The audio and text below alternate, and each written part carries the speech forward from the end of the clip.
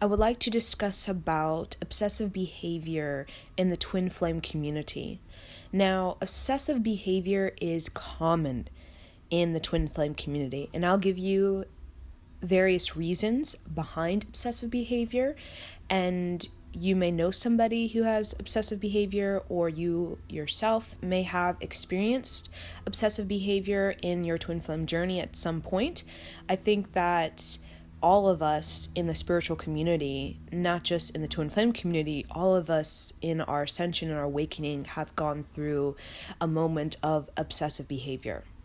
Right, we're all in different categories of that, right? We all express that differently, but at some point I'm sure you have experienced an obsessive behavior, right? And usually what I've discovered is that obsessive behavior, for those of us who are spiritually growing and spiritually expanding our lives, really is a period of being in the unknown. It is a period of closing one door and entering into a new door. So it's this transitional period, and depending on how expansive, right, you are becoming, right, or you have intended to become and are organizing your life to become that, the transitional period of change, of transformation, will react to that, meaning it will be very, very intense and very, very overwhelming. And during that very intense and overwhelming period of major transformation, as you're closing one door and entering to a new door, where basically you're being either kicked out of the house, right? Your comforts are being challenged, or you're just being really pushed. Really, really pushed. It's going to be very uncomfortable. And obsessive behavior can be a common sort of reaction to the divine, basically shaking you up, right? Shaking you up.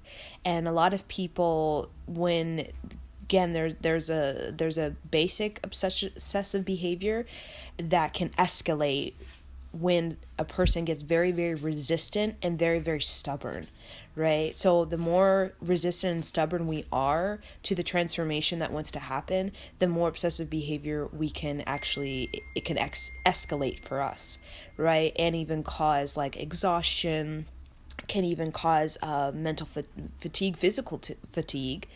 It can really cause a lot of conflict, like mental conflict, and overall it can really just wipe us out, right? And that's coming from a place of resistance and stubbornness, right? There's a blessing, right? There's a blessing in this transition. That's why we're expanding, because the more that we expand beyond our limitations, beyond our boundaries and restrictions regarding the past, the more we are going to be blessed, right? There is a great blessing in entering into a flow of love, right? And leaving the past behind, or leaving your parental influences behind, right? Or leaving a lifestyle, or leaving even a belief behind, right? It can be quite painful, and it's because it's death, right? Death is, we all go through death in life. It's called reinvention, right? We're reinventing ourselves. Just think about renovating your house. It's work, right? It's not easy, right? Sometimes it's exhausting, right? When you're taking down walls and you're putting on new walls, and then you gotta, get the men, and you gotta make sure you have the right design, and what is the design that you want to have for the new layout of your house, right? It's work. But it's worth it, right? Because when you get that renovation, or when you reinvent yourself, basically, right, you're bringing about more magic, more opportunities, more possibilities for you to, you could say, look out your window of your bedroom and see a clearer view of your power of manifestation, right? So I'm going to give you various reasons for obsessive behavior in the twin flame community that, again, all of us experience in our journey, especially because we are, all of us, right, especially if you're listening to this, we are transforming from the past into the future, right? The past, we know we are dealing with the dark age, right? And the dark age has its hate, right? There's hate and love, and that's just kind of the game on earth, fear and love. And fear, right? Fear, fear can disguise itself as hate, like self-hate. And hate, we know it sort of webs into other streams of thought, such as revenge and I'm not good enough, and judgment and shame. It can kind of web into these other areas, but fear is the overall sort of dark age. Then when that fear is overindulged, it can turn into self-hate, hate for another, right? And we all are battling that. It's that inner corruption that we have. Now, a part of this great turn of event on planet Earth is we're entering into an age of light, or just beginning the process. And that process won't be complete after we die, right?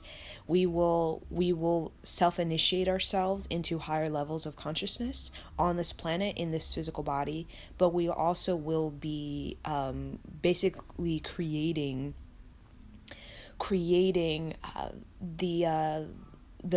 we will be creating the reinvention template for the future to come, right? For the future to come, for the next generation, in the centuries beyond our life, right?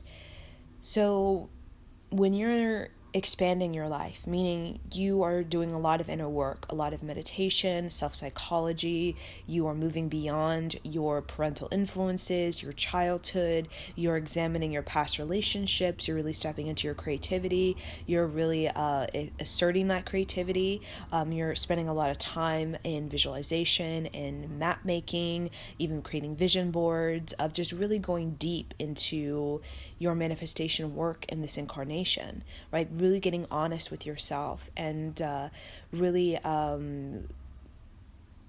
building up your psychic ability, your intuition, right? Really building up your healing, right? That you are a healer, right? You are a healer, and that you have much healing, and that a part of the healing that wants to move through you is creative. It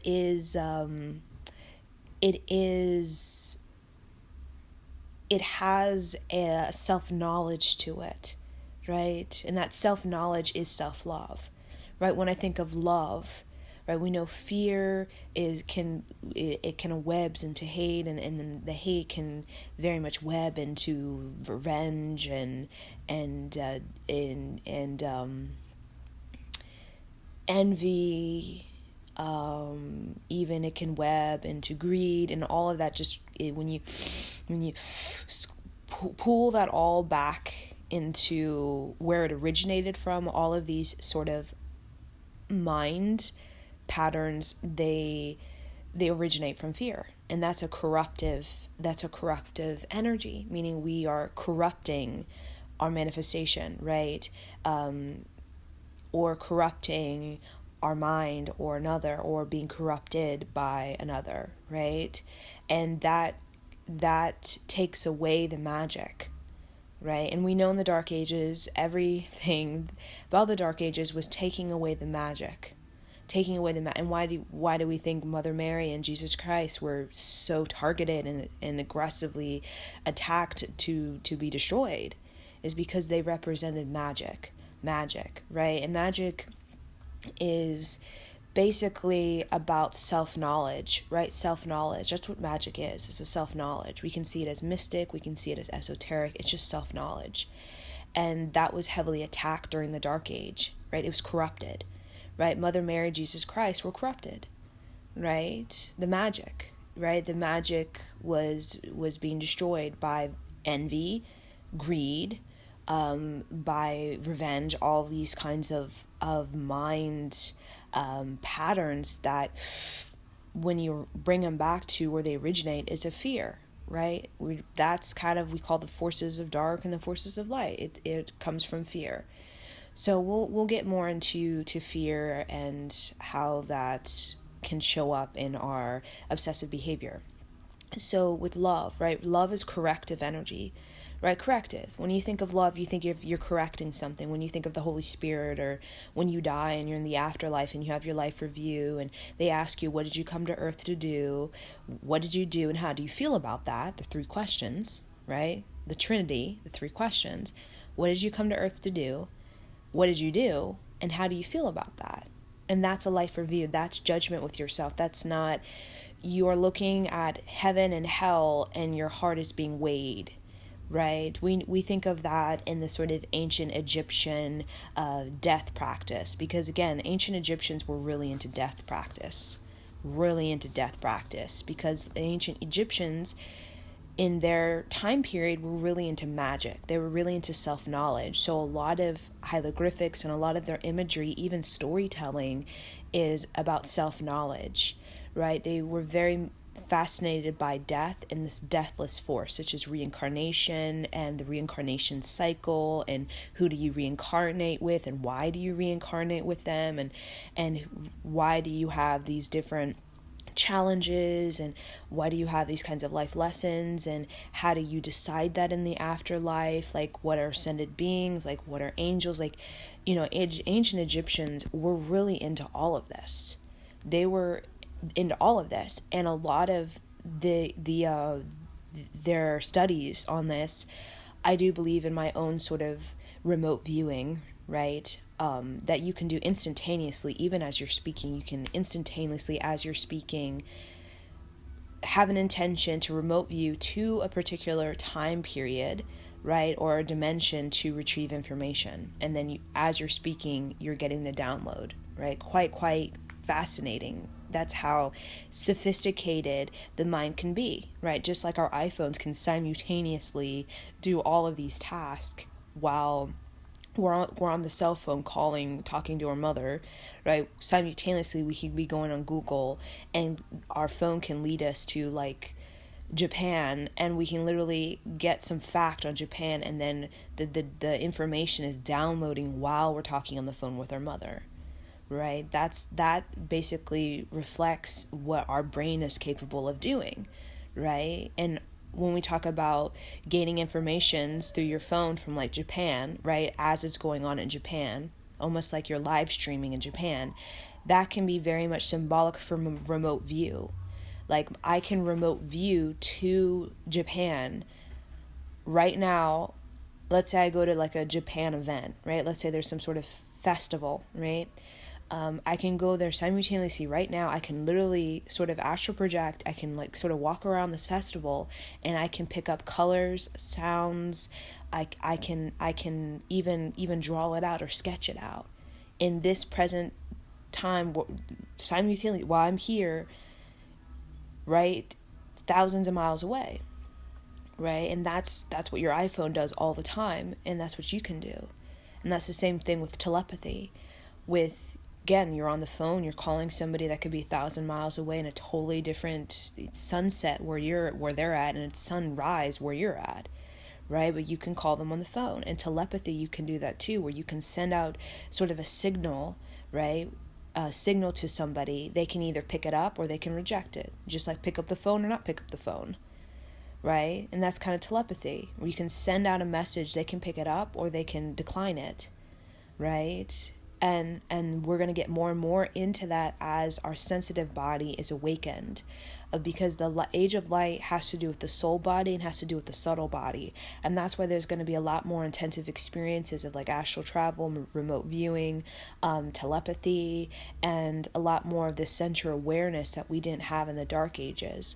Because in the dark ages, the subtle body and the soul body was very much trapped in the physical body, meaning the physical body, the physiology of it didn't have the correct, I'll say, secretion of the glands to be able to hold that frequency that the soul and the subtle body is, because everything is just a frequency.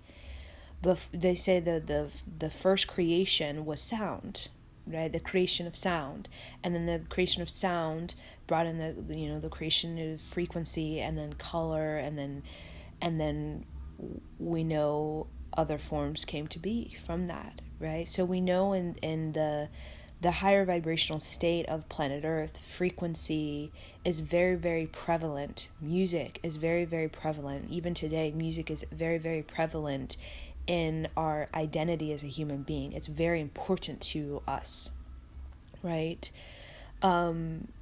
And music, before we even had, art, we had music, right? Sound, a form of sound, right? And then we had a form of movement, right? And then the sound and the movement over time, you began to establish like a language, which is like a code system, right? Being able to code the sound and the movement, right? So this is all things that ancient Egyptians were very fascinated with. They were all very fascinated with this, and they documented a lot of their, kind of like Edgar Cayce, where Edgar Cayce has thousands of readings, and basically he would just lay down on his couch and he would close his eyes and he would literally just remote view to the past, to the present, to the future. And he had a translator, I'll call it a translator, and he would just speak out loud, and the translator, I would say, would just kind of document it. Right, or I would call it, I would just say transcribe. That's kind of what, because he would just be speaking, in his sort of trance state, what he'd be saying about, like, for example, he would even go to, like, Atlantis, and he would astral project to Atlantis, and he would speak out loud what he's seeing, what he's hearing, what he's smelling, and the transcriber, I'll just say, would be documenting, and he had thousands of these readings. And that's kind of represents the Akashic record, right? If you go to Virginia Beach to Edgar Cayce's school, his library, basically, you will literally, it's be like walking into your own Akashic record, except you're walking to Edgar Cayce's.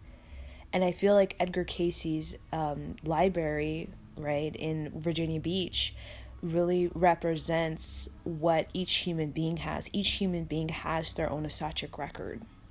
That very much is like going into the school of Edgar Cayce, and all of a sudden you have thousands and thousands of files of readings that he's done, right? That he's done on various things, on everything really, the past and the present and in the future.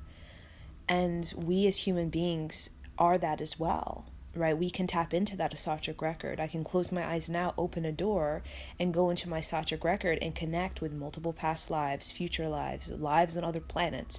And I can connect with the sounds, the smells, the colors, the shapes, connect with the people, the events. I have that capability. Just like your iPhone has that capability to literally pick up, right, sounds and shapes and colors of different, even the past, the present, the future. Or we can say even the future when it comes to the iPhone the iPhone does have prophesizing, right? Or will have this sort of prophesizing ability, right? Very, very, very interesting. So the Egyptians, again, like I said, they're really into all the Akashic record knowledge. They were very, very curious. And they documented it, but a lot of it was hidden, and it is hidden today. And even Edgar Cayce talked about there is a lot of information that's hidden from the public, and that's hidden underground. Like a lot of these ancient, even much more ancient hieroglyphics that we see today, belonging to a matriarchal society, a lot of it is actually hidden underground, and it's hidden not in what we call tombs. I would call them more of sacred places, like sacred sanctums, where they're underground, and they would be documenting about like Lemuria and Atlantis, and like they would have all kinds of documentation on their travels, because the one thing about Egyptians is they were travelers. They were travelers. I'm talking about psychic travelers. Everything about their culture is psychic traveling. They were trained from age 0 basically to have this psychic ability of knowing how to travel through dimensions. They were very, very fascinated with the whole experience of transcendental meditation and the whole experience of the fifth dimension and connecting with other planets and the past and even going to the remote future. They were really into that. And they couldn't document the bulk of their experiences because they didn't really have the proper medium to, because They tried with hieroglyphics because hieroglyphics is fifth dimensional. When you take hieroglyphics off of its two-dimensional form and you kind of unravel it, basically, because I feel like you have to unravel the hieroglyphics to get the fifth dimensional sort of form, which again, it gives you even a sound, it gives you a color, it gives you a shape, it gives you basically like a whole kind of story. So they, again, just like when you meditate or when you have these sort of transcendental experiences, you don't really know how to document it in a two-dimensional form, such as a written form, right? You don't know how to document it in a written form, a two-dimensional form, right? You don't know. You tell stories about it, you try to describe it like, yeah, I saw this and that, but it's really difficult to articulate something because the mind is so expansive. It's a lot more expansive than than your ability to articulate it, right? Think of it like the mind has 10 languages. You can't possibly articulate all of that in like a single sentence, right? That to consolidate, it's just too much, right? And that's what's going on with our mind. Our mind has like 5 languages that are just streaming on simultaneously without us even knowing, and all of that information cannot possibly be consolidated in a two-dimensional form, right? We can sort of code it, but really you need a meditative mind to actually unlock it. And that's with hieroglyphics. It gives you a key, right? The hieroglyphs is a key. It's a two-dimensional key, but you have to have a meditative mind to actually get the key, unlock it into the proper keyhole in the mind, and therefore get the whole download, right? And that's what meditation is. Like literally, some places, sacred sites, you're not meant to read from it. Like there's no like how sort of language engraved on these sacred sites. It's more for you to meditate. And when you meditate upon even the language, right, you might even not even know the language, but you just meditate upon the symbols, and it's there to basically a key. If you put the key in the right hole in the mind through the meditative practice, that connectivity that you have, the key with the keyhole, the key is the symbol, the keyhole is the mind, through the meditation creates a connectivity, and then you can download that entire the entire frequency of that sacred site and what the intention of it was for, because everything has an intention behind it. And when you create that connectivity with your meditative mind, you can know what that intention is, and with that intention there is a manifestation, right? Because that's how it works. There's intention and there's manifestation. Intention, there's manifestation, right? It's kind of like your agenda, right? Everything has a purpose, an agenda, and a life force to it. And that life force we know can be corruptive or corrective, right? So Egyptians, they documented, but like I said, we don't really know the whole story, right? Because we have been trained. It's almost like we've only know how to read in two-dimension. That everybody in the Dark Age, we only know how to read two-dimension, right? Because the light was corrupted. That's how it was. Mother Mary, Jesus Christ, they were magic. They knew how to read corrective, meaning they could correct the corruption, that they could expand beyond the two-dimension, and they could basically open up their mind, create a connectivity with it, key in the keyhole in the mind, create that a more expansive connectivity and get a more well-rounded perception on the information, right? So again, in the Dark Ages, we only know how to view things from a two-dimensional view, right? Front and back, like a piece of paper. You read the front, you read the back. That's kind of what we know. But a lot of even ancient languages that even are much older than like English, even when it comes to even older than the Romance languages, I'm talking about real back in the day, a lot of the languages were symbolism. Even when we look at like cave drawings, it was symbolism, right? And even when I look at the Chinese written language, the written form, it's very much symbolic. And I know the Chinese written language is very, very old, but it's just a bunch of symbolism, basically, kind of like hieroglyphics, right? And each symbol is like a key. You put it in the keyhole of the mind. The meditative sort of mind space gives you the connectivity that symbol has. This whole sort of, when you take it off its two-dimensional form, it can have a sound, it can have a color, it can have a shape, it can have this whole meaning, like a whole story in it, right? And even like cuneiform and even, these other languages, written languages, right? Even with before, the Romance languages where we have these sounds, right? The sort of sounds that we would be creating, like Sanskrit, for example, it's just, we call it kind of sound, it's just sounds. But the sounds, each of these sounds are, again, a keyhole in the mind. The meditative gives you the connectivity, and each of these sounds, like Waheguru, right, or Apsayehoa, Sacheda, Sachedoa, Hara Hara Hara, basically that gives you a frequency download. Like, when you connect it, the key in the keyhole of the mind, through the meditative connectivity, you can download that whole frequency, because, for example, Sanskrit has this intentional direction. It has a life force, right? And the intention of Sanskrit is to connect with the high vibration of planet Earth, right? That's the intention. So when you kind of put in that intention in the mind, you get the manifestation, right? Which is you put the key in the keyhole, through reciting the mantra, right, or the Sanskrit.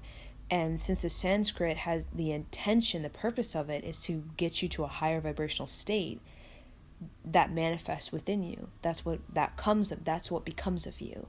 And that's why we recite Sanskrit or even like mantra, because the intention of mantra was to get people to a higher vibrational state in the mind.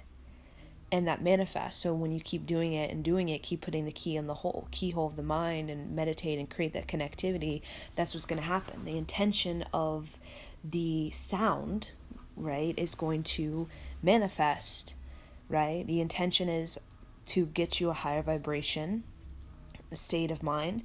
What manifests is you become a higher vibrational state of mind.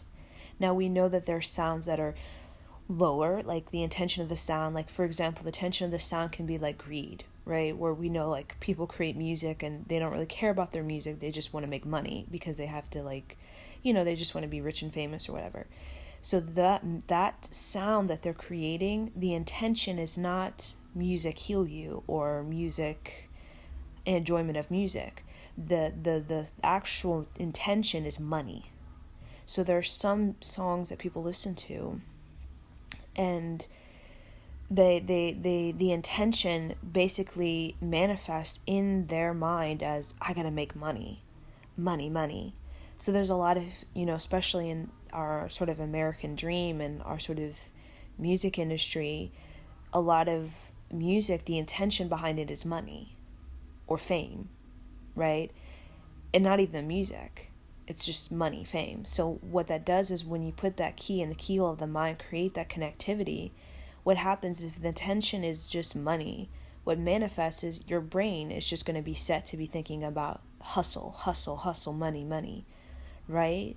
And that's what happens. There's many kinds of intentions behind sound, and every intention manifests itself, right? So if you, again, it's sound, it's in sound, movement, even color, scent, it has its own intention, right? Its own intention, and manifests in you, right? So that's why we say have discernment with what it is that you're taking in, right? Especially media wise, and what you are basically setting up for yourself, right? You all of us are setting up a frequency of the day based off of the key and the keyhole and the connections we're making with our world around us. We can set ourselves up in an intention of manifest a higher mental state, or we can set us up to an intention to manifest hustle, money, mental state, right? And there's many others. So that's what we experienced in the Dark Ages, the 2-dimension, right? The 2-dimension is, like I said, we don't have the sort of caliber, like think of our iPhone. We're amazed by our iPhone, but we don't understand this 5th dimensional reality. We don't understand how it's able to fold time and space and connect somebody in Australia to somebody in like Alaska. We don't understand how this machine can can collapse time and space, right? We don't understand how it can simultaneously gather multiple informations from the past, the present, and even sort of give sort of suggestions about the future. We don't even understand that because it's fifth dimensional and we perceive it as two-dimensional. And that's just the way the mind is because of the dark age. We corrupted the light, right? And the light was magic. The light is self-knowledge. So people walk around like they have no self-knowledge. They have no idea about how to gather information, how to transform the information into wisdom. People walk around like they have no idea.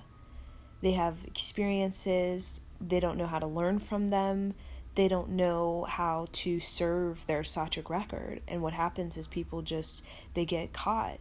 They get caught more so in fear, right? Which is corruptive. You're corrupting the light, meaning you have an experience, you don't know how to learn from it, you don't know how to serve your Sattvic record, which is to gain the knowledge, and therefore the light is corrupted, and that is fear. And that fear can, again, be related judgment, shame, I'm not good enough. It can even be ego mayhem, where your ego is trying to protect you, right? Very, very defensive ego that for many people can actually be very violent.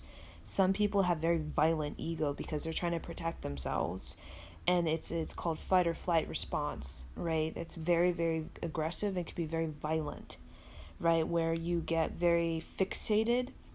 It's a very fixed energy. The ego is more of a fixed energy. You can get very fixated on something, and you want to protect yourself, right? And protect whatever that is.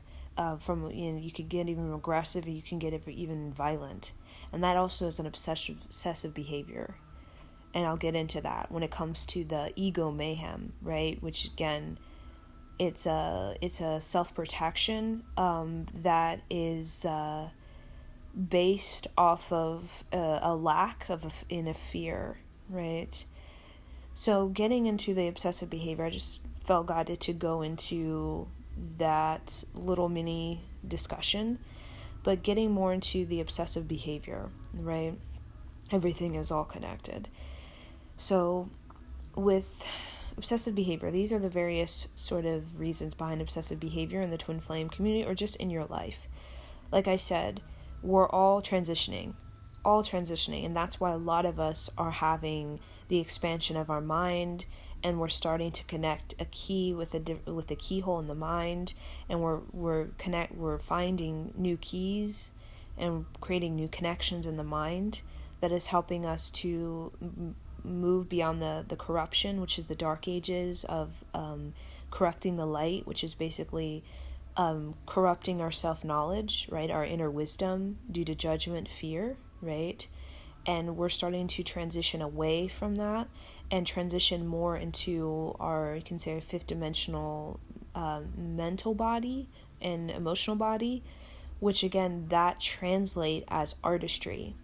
And a lot of these ancient cultures, again, even like when we think of Lemurian Atlantis, they were considered artisans. They had artistry that was considered the most excellent and the most high, right? The most excellent, the most high. And we can even look at India. India has a lot of artistry that's very ancient or goes back to ancient kind of civilization. A lot of I see Indian artistry not even from Earth. I feel like the ancient artistry of India actually comes from another planet, actually. And so does China, right? When you look at the ancient sort of artistry depictions of like stories, I feel like a lot of, again, these stories are not even from planet Earth, because planet Earth is very much an adolescent. And a lot of these stories are so ancient, there's like no way. Right? A lot of them could possibly even come from Mars millions of years ago, right? Come from other planets outside the solar system.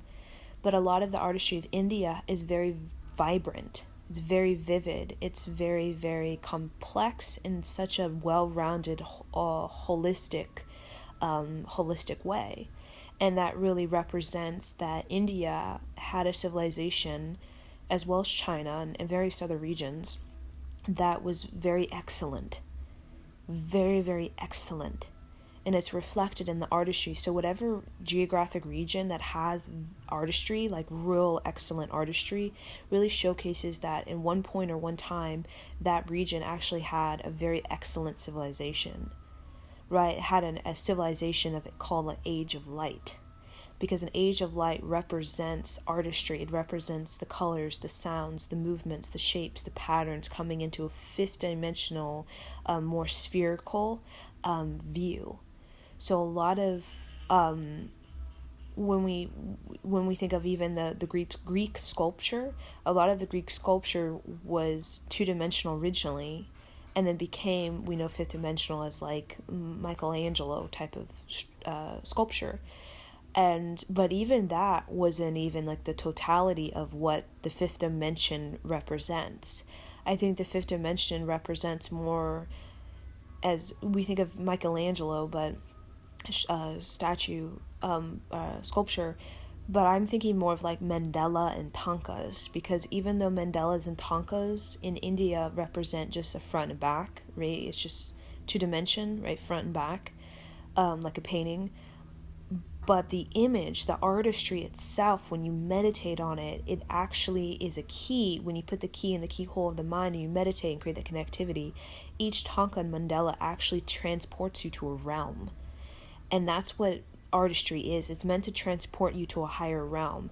And that's what Michelangelo, the sculpture, the did not do. Right, it was fifth dimensional, right? It didn't have a front and back. It had a well-rounded view. But artistry in the excellent civilization of the ancient past would transport you to a realm. So, for example, a lot of the sort of, you can say the paintings in India or even in China that tell the story, depict the story of these great spiritual victories and spiritual battles, they transport you to another realm. Like they transport you to a higher realm, right? Where self-knowledge is excellent. And that's how you know that that particular region had a civilization that had access to self-knowledge. Because self-knowledge is the age of light, is the higher dimensions. And in the dark age is corruption, where you're corrupting the light. You have experiences called karma, the cause and effect. You don't know how to correct it. You don't know how to learn from it. And you don't know how to move the energy. So there's no self-knowledge, right? And people think they need to die to have a life review. You can have a life review right now.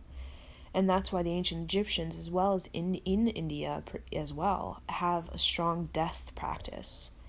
Because, again, right, even the Middle East as well, when we think of, I like to see of like the bowing japji in the Middle East, I like to see that, or the sort of Islamic tradition of bowing to the sunset and bowing to the sunrise, I see that as a death practice. Because the folding and the unfolding of the sun represents the transition of the soul. The folding and unfolding of the sun represents the transition of the soul. So bowing to in the sunset and the sunrise, it's very much a death practice, right? And a death practice, like when you die and go to the afterlife and, ask the questions, what did you come to do, what did you do, and how do you feel about it? Basically, that you can have that in your death practice. Either that's meditation, Kundalini yoga, Islamic bowing tradition, right? Many, many other forms as well. When you think of Confucianism, when we talk about contentment, when a man experiences contentment in the morning, he can die in the evening. And that's kind of like the practice of like, when you have contentment in the morning, you can die in the evening, right? And that's a death practice, right? To have contentment, which is to really come into the fullness of your soul and to really fully in your heart and soul, and the fullness, the wholeness of your being, live out what you came to do it in the most wholeness of your being, and then feel really, really content with yourself, really, really content that you did the best you could.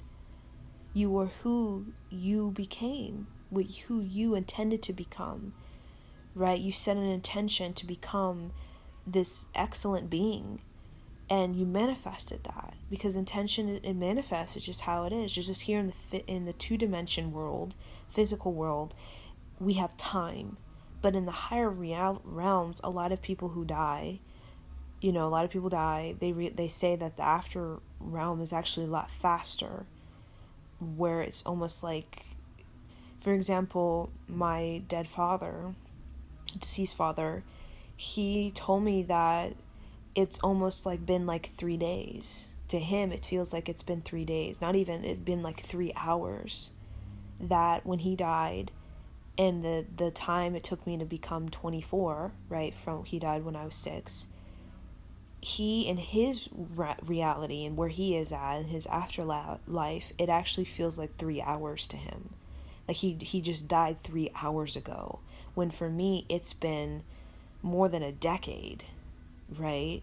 And that's what time is. Time is so exponentially fast in the after realm. And that's why a lot of people who meditate, when you meditate, it feels like you're meditating for like years. And then you come back and you realize, wait a minute, I only meditated for 30 minutes. Right? A lot of Egyptians were really into that in meditation, and they would literally meditate, and they would come back from their meditation after maybe only 8 hours. And they would have traveled so deep into space. They would have like traveled into space, and a lot of them would come back and be like, I just lived a whole life on this planet of Pleiades, and come back and realize they were only meditating for 8 hours. Like, I just went to Pleiades and I just like had a whole life there from like age 0 to like 35, and then come back and be like, oh, wait a minute, I was just meditating for 8 hours. And that's kind of the magic. That's the age of light. And the Egyptians were so captivated by that. But what happened with ancient Egypt is the patriarchal age came. The patriarchal age began to corrupt, meaning basically, take the age of light and strip the culture of the culture of its artistry. Even when we think of Adonakton, as a pharaoh, very mystic pharaoh, considered, I call, femme consciousness. Adonakton actually he had a whole artistry that was very different. He was representing a femme consciousness, and him and I believe his heir were destroyed.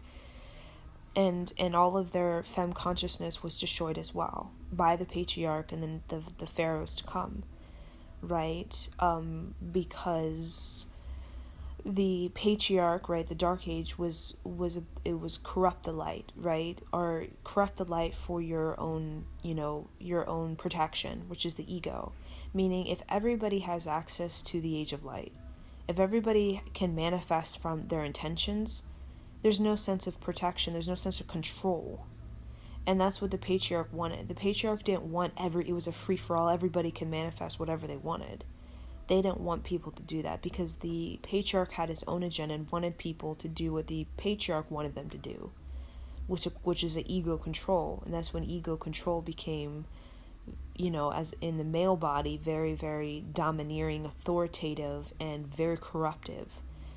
Because the patriarch wanted to corrupted the age of light, even through Adonakton's lineage, destroying the lineage of Adonakton, really killing off the Adonakton's lineage. Because when everybody can manifest whatever they want, and they know how to have the self-knowledge to do it, they know how to put the key in the proper keyhole of the mind, then everybody would be manifesting, and nobody would be following the control of the pharaoh. They wouldn't be just doing whatever the pharaoh tell them to do, because the pharaoh has an agenda and wants to control everybody, right? Because it's a form of protection, right? I want to control everyone because I need them to do what I want them to do for me and what I desire, right? And that's the ego thing, right? I want everybody to do what I want them to do, right? Because I'm self-important, right? Because I'm God, because I'm the high almighty one, and that's the real ego. So, that's the transition, and that's happening on this planet. That's a main big transition that's happening on this planet, is a lot of people are getting out of corruption, Meaning, corruption isn't only just, injustice, unfairness, like corruptive people, greed and enslavement and all these kinds of things. Corruption is also bad habits, bad behaviors, sex addictions. It can even be obsession. It's just fear. Fear that's, given to you from your dad who abused you, that's fear. Fears given to you from a teacher who belittled you, that's fear, right?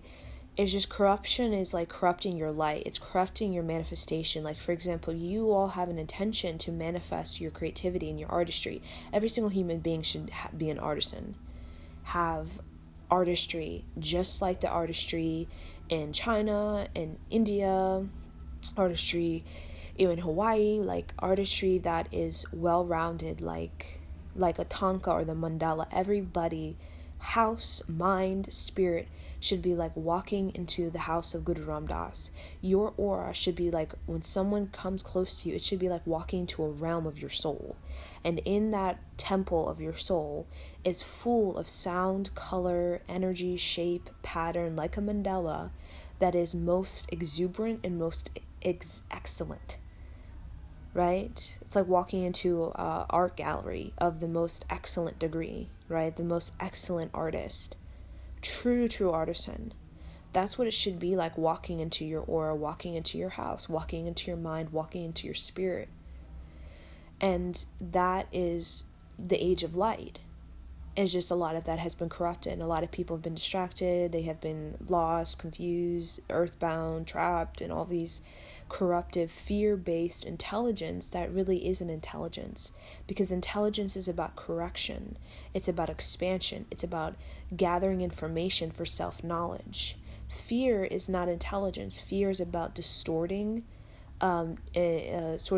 distorting, delaying, and disrupting the information that's coming in. That's not really intelligence, right?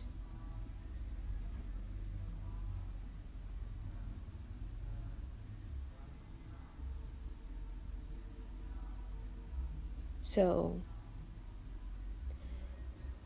with that transformation that's happening, and we're all going to be at different phases of that, because we all self-initiate ourselves differently. Some of us have just begun self-initiating ourselves. Some of us are still like fearful to do that, right? And some of us are gung-ho, and we're really going deep into, right, clearing away the ancestral trauma, the ancestral curses, and the generational trauma. We're really clearing all that out, right? Really leveling up, right? Working on putting in the proper key and the proper keyhole of the mind and creating higher connections, right? Such as intentions of raising vibration and manifesting that. And a lot of us who are, self-initiating ourselves into our household mandala, called the kind of the home of Guru Ram Das, right? The house of Guru Ram Das. We're beginning to cultivate the house of our soul, right? We're creating that in the aura, in the mind, in the house, and the life force of us. This unknown period is a period where it's uncertain, it's unclear, and that's a period where, obsessive behaviors can creep in. Again, I'll give you the various obsessive behaviors. So when you're going through a transitional period, from one door is closing, another door is opening, you're in this sort of, it feels like a stalemate, or it feels like you're not going forward, but you're not going back. It's almost like you're in this uncertainty, like it's unknown, but nothing has really moved for you. Nothing has really become available to you at that time where you're in there. So obsessive behavior, again, these are various reasons. So anxiety. And anxiety comes from, needing to figure it out. And that's where I have been in my journey in the Twin Flame community, right? Is anxiety. I've experienced an anxiety where I wanted to figure it out. Like, I have to have a conclusion. I have to figure it all out now. Like, I have to, because I need to know. And that's control. And that control can come from, it can even come from childhood, like from myself, right? Wanting to know that it's protected, that if I let go, that it's going to be there for me. Because as a child, I have experiences of letting, you could say we've all have experiences, right? If things just not working out, right? Where you let it go, but then it doesn't come back around, or it doesn't work out the way that you really hoped it would, right? You were expecting it to. You were very attached. And a lot of us, we can create a lot of expectations and attachments, and that creates a lot of anxiety, right? Especially in the twin flame community, where we're expecting and attaching ourselves that now is the time, or I'm ready, or they're ready, or it must happen, right? And I need to figure it out. Why is it not happening? It was something wrong. What can I do? And that anxiety is really just about, again, because in my experience of that, I was like trying to figure it out. Like, why is it not happening? Like, I put so much work and healing and energy and I need to figure it out. What's wrong with me? Like, is something wrong with me? And like, what did I do wrong? Like, what's wrong with me? Da da da. And then again, with obsessive behavior, usually there's a substance can be attached to it. It can be a person, place, or thing with obsessive behavior. And for me, it wasn't a person, it wasn't a place, it was a thing. I used to watch oracle card readings obsessively, where I just wanted to figure it out. It's almost like I was saying to the divine, like, if you don't tell me at all, I'm just going to keep doing this until you reveal it all. And the divine would always say to me, it's too beyond your two-dimensional mind. You will never understand. Even if we could find a way to download the whole thing to you, you won't even get it, because it would be too like above your head. It's almost like it's above your pay grade, right? And it's not for you to have it all. It's for us as spirit guides, because we're spirit guides for a reason, because we are at the pay grade that actually can receive that amount of intelligent wisdom. But you're not in that pay grade. You're in a lower pay grade. You're a human being. You're a little bit different than a spirit guide. You're not meant to have all of this knowledge at the moment that you are now. You're meant to experience as a human being the unfolding of it. That's why you want it to be human. You want to experience the unfolding of it. You don't want to know it all. You're not a spirit guide. We're here to help you. We already know your past, present, future. We already know a lot of things, more than you'll ever know by yourself, right? But we're here to guide you to learn these things in the timing that can make you happy, in the timing that brings you peace, in the timing that actually you're human. You want to experience like great surprises and good luck and challenges, and also like great unfoldment. That's what's exciting to be human. It's not exciting to know it all, figure it all out, and then just kind of go through the motions and nothing really excites you because you already know everything, right? And that's kind of my spirit guide's response to my anxiety. And they understand, like, when you have anxiety, usually it's because intuitively you feel so strongly that you're manifesting something very, very powerful. And when, it's not showing up after a certain amount of months, years, right, it can, you start to wonder, like, okay, like, what's going on, spirit guides, right? And that's when the anxiety and the obsessive behavior comes in, because you're like, I'm so excited, I've worked like years on this. And then you work so hard, and the longer you've worked on something, usually the more you want to see that it's going to work out. No one wants to spend 10 years on something to realize, oh, it didn't work out.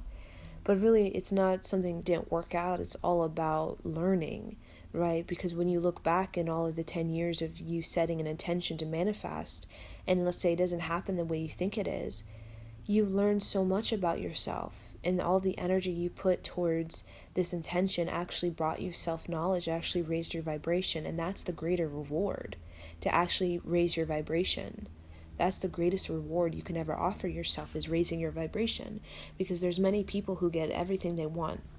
They get all the silver spoon life with the whatever things, they get everything they want, but they never raise their vibration to actually deserve it.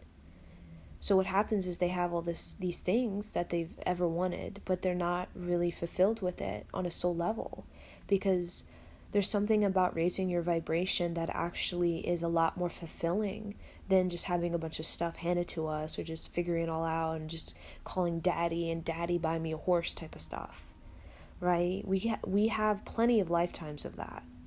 But there's something exciting about raising your vibration through self-determination and self-initiation, and you manifesting it out of thin air. You using your magic to manifest it, not calling your daddy and say, buy me a horse. You manifesting it through your own self-knowledge, through your own magic. That's like Jesus and Mother Mary, and they raised their vibration in order to do that. Because you can say manifest out of thin air without magic. And magic is a practice of raising your vibration. That's all magic is. It's a practice, a ritual, ceremony of raising your vibration.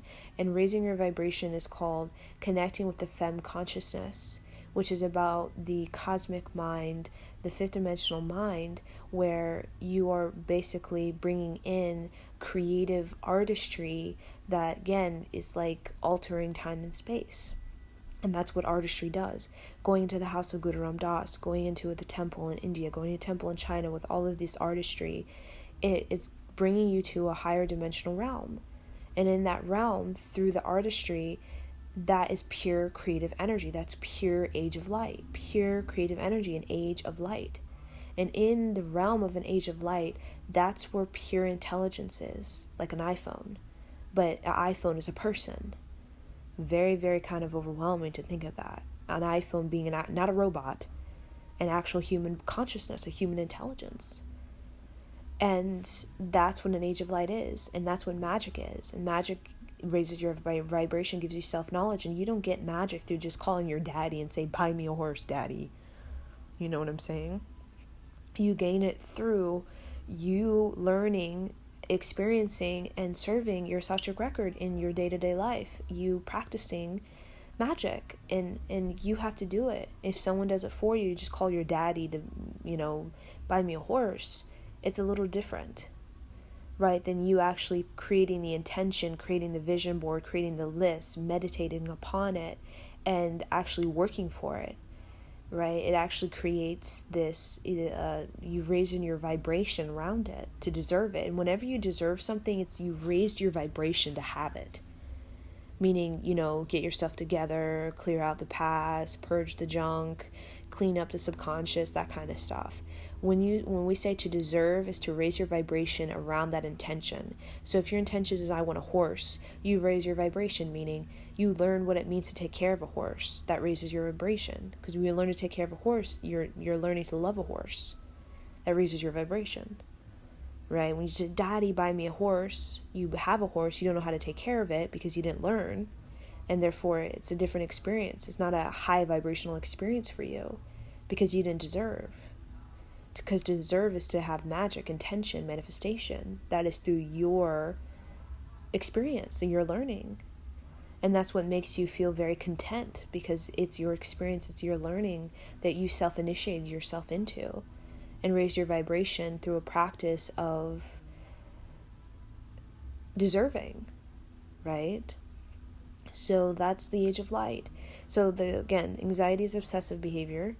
And anxiety, again, it comes from needing to know it all. I want to control, because fear, basically, all of the categories are fear.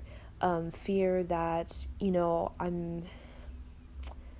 that everything I've done, to deserve. I've risen my vibration around this intention for so long. Is it going to come through, right? And if it's not, my expectation, my attachment to it will make me feel very disappointed. And that really, the remedy for that is just to loosen up, right? It's mainly loosen up the expectation, the attachment, because a lot of times we think it's going to come in one way, but it comes in the total opposite direction. It's the same thing, the intention-wise, to manifest, but it actually comes in through a more magical way. And magic is about openness. It's about infinity, and that's not about creating this narrative that it has to come in this way, because that's very limiting, and infinity is not about that. So it's really about opening up to who, how, when, where, because that's what anxiety is. It's who, how, when, where, what. Well, we already know the what is the intention. Another obsessive behavior can be, that can lead, again, to a substance. It can be ego. A lot of ego protection. And this, in the twin flame community, is about people obsessing over people who they know are not their twin flame, but they want to grip onto something for control, right? They want to control something, right? They want to corrupt something, because again, this category of people is a little bit more severe, and this has to do with people who feel corrupted by their parents, their family, whatever it is. Their light feels dim, the light was taken from them, they feel corrupted in their intention for manifestation, and now they want to grip onto somebody that they know is another twin flame, that isn't even a soulmate. They do that because they want to gain a sense of control back in their life. Because when you've been corrupted, all you want to do is gain a sense of control, right? When you feel powerless, all you want to do is gain power, and you grip onto people. And this is more of a dangerous category, because these type of people, again, the obsessive behavior in the twin flame community is actually one that's very not as common, but it's very natural. And again, they've been corrupted by their parents, their family, friends, whatever it is. They feel their light has been taken from them. They feel powerless. They don't know how to have self-knowledge. They don't know how to work their magic. They don't have the radiance to attract anything, because they've corrupted, and they're not correcting themselves. They're just letting the corruption of whatever pain or trauma just get the best of them. And they attach to people because they want power, and they attach to people who are power. Powerless tend to kind of attach to power, and they get obsessive over the power. It's not the person they want, it's the power the person has. That's what they want, because they've been so corrupted and they have no will, and their life force is so weak. They want to attach to somebody, not because they love them or they want them. It's the power. They want their power, their spiritual power. So that's one category, not as common as the other. And then I would say the final category is obsessive behavior can be about, I would say, codependency.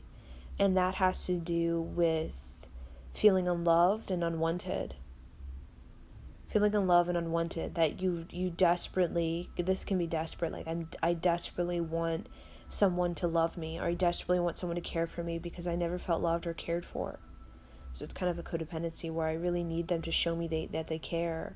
I really want somebody to show me that they care, that I want to be heard, that I care about you, I want to be supported, and that has to do with feeling incomplete when it comes to love, feeling unworthy to give and receive love.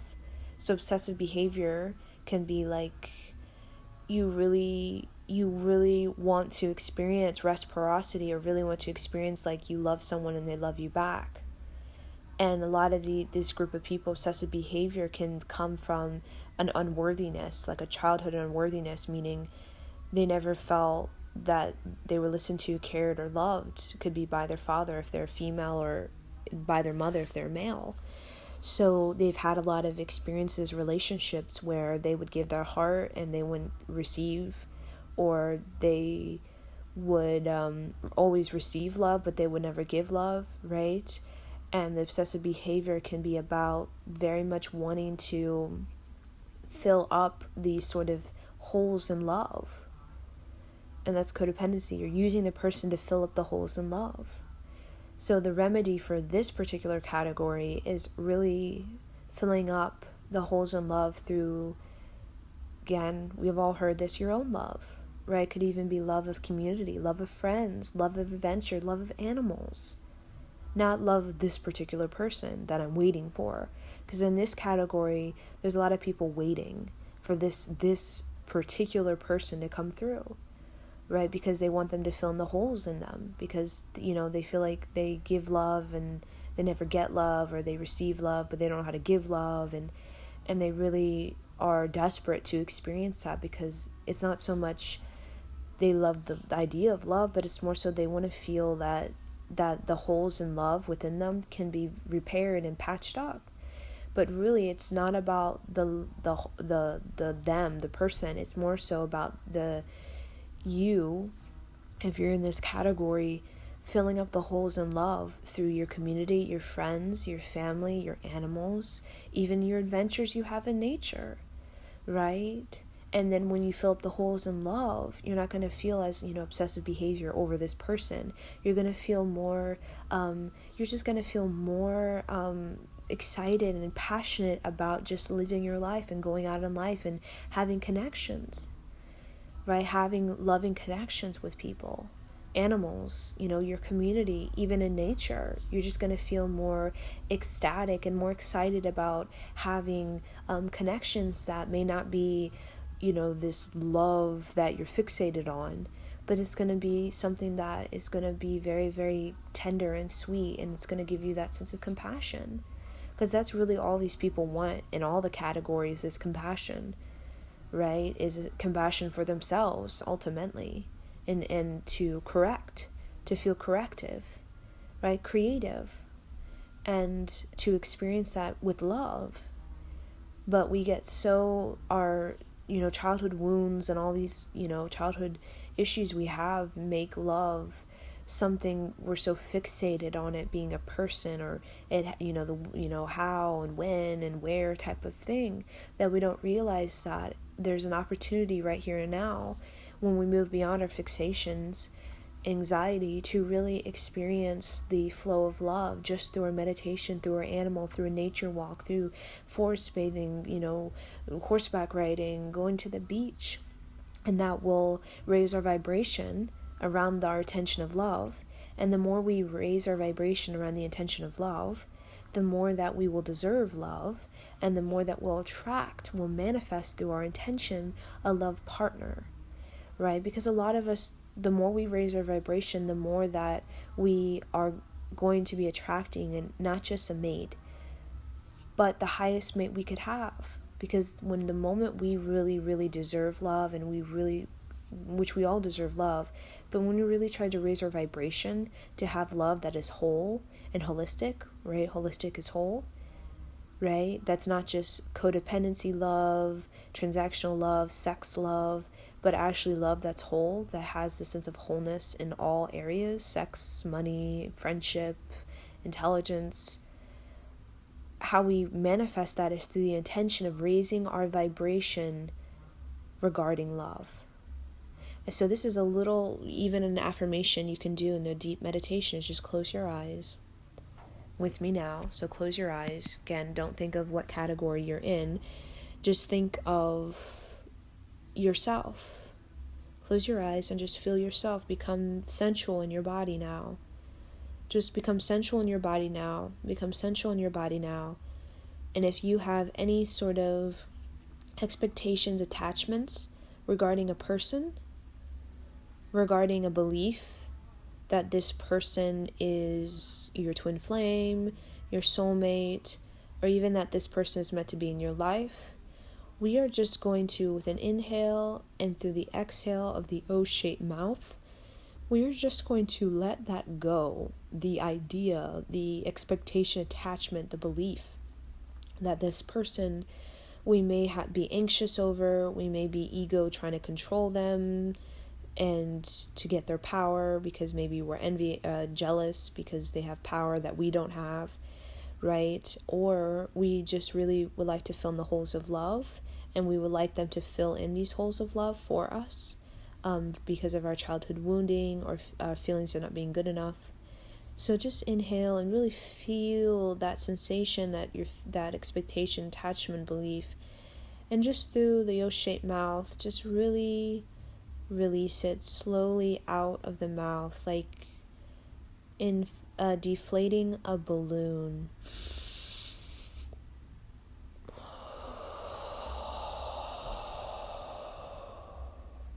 So my lips are O-shaped and just deflating like a balloon, and I'm just releasing out of my mouth the expectation, attachment, even belief that this person is the person that's going to fill my holes in my love, that's going to give me the power I need because I feel somewhat powerless, or anxious that I'm not going to receive, that after all my hard work, that something's not coming in for me, and the fear regarding that.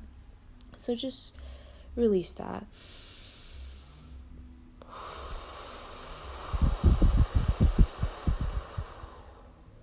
couple more times.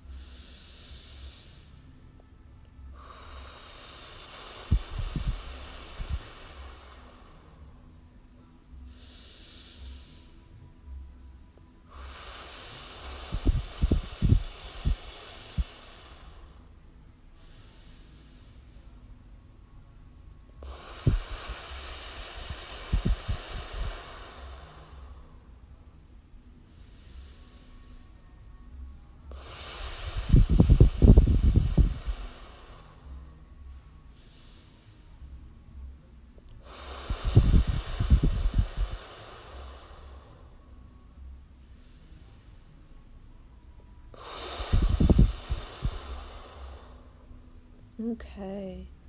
So now just see your intention. Your intention could be love, friendship, a bond, companion, creative collaboration, just could be all of the above. Just see the intention. Could be you want to get your power back. You want to heal from childhood wounds, heal from corruption, recover and restore your soul, and feel more at ease, more balanced, and masterful, like a great magician, manifester. Just feel the intention for manifestation. Just see it. You may not be clear, it may be very clear. It all depends on how many months, years you've spent raising your vibration around this intention. So if you're new to having an intention and to getting clarity regarding what it is that is your artistry in this life, that's okay. But if you have been 5 years plus with this intention that you've been for your artistry, that you've raising your vibration around, that's okay too. Just, you can ask for clarity to be awakened so that you can have the artistry vision. Or if you already have the intention of for your artistry, to ask for deeper clarity. Just see the intention. You can see it very clear. And if it's not clear, ask the guides to help it become clear over the next couple days, weeks, months. But if it's clear for you, just really hone in on it. And don't attach it to a person, a place, or a thing. Just feel the energy of it. Feel you in it. If you have expanders, call in your expanders. And an expander is an individual, multiple, 3, the minimum, 3 individuals that best represent your expansion and prosperity and creativity. Usually 3 successful individuals who have manifested their intention and risen their vibration to obtain this goal or achievement that they have.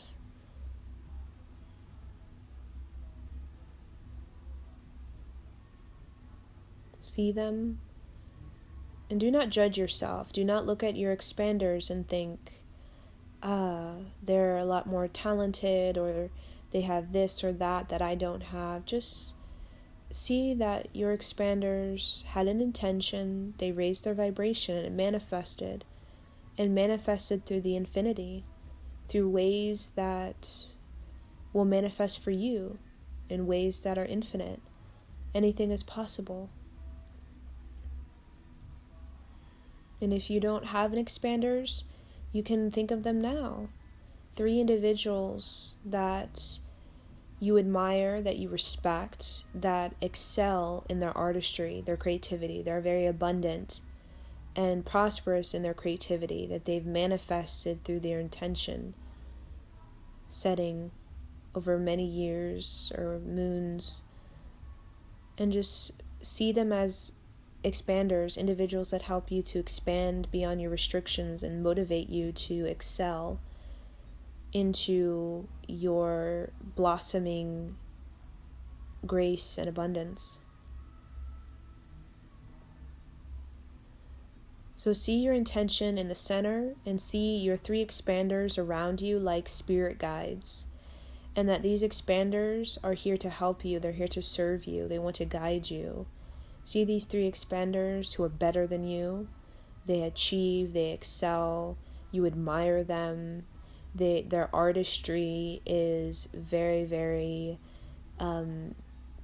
very beautiful. Who they are is very beautiful. See them around you, their great manifestation, and see yourself in the center.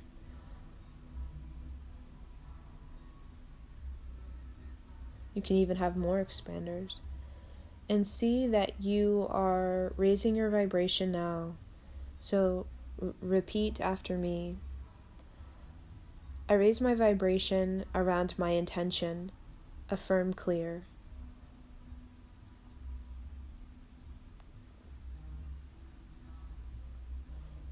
I raise my vibration to manifest now.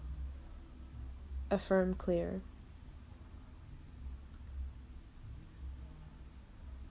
I am good enough to raise my vibration around my intention. Affirm clear.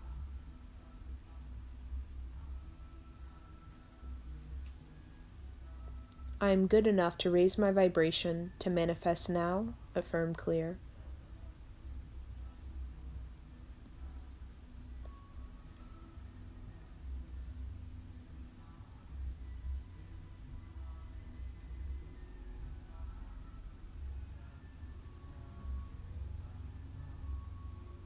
Now just feel into what has been cleared and feel the white Holy Spirit with you.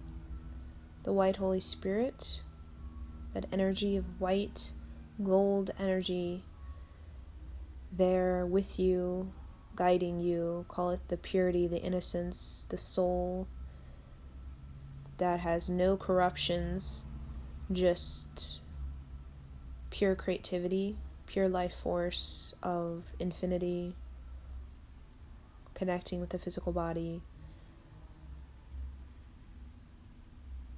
And just clear out any corruptions in the mind. We talk about the mind is corrupted in the Dark Age. We talk about in movies of medieval, movies of Roman, of war. We talk about kings, generals being very corrupted. We think of Hitler being corrupted in the mind. We think of the Dark Ages corrupted in the way that things are imbalanced, unfair, these kinds of things. And just feel that the Holy Spirit is just a white sun that's inside your head, inside your brain. Like a white sun that's consuming your brain. And that white sun, like the sun, when you eye gaze at the sunset, right? As the sun is falling behind the horizon, it heals. So think of this white sun in your brain, consuming your brain, healing any sort of corruption, pathways in the brain that creates fear, fear, fear. And think of it clearing and healing this. I release all fear connected to my intention. Affirm clear.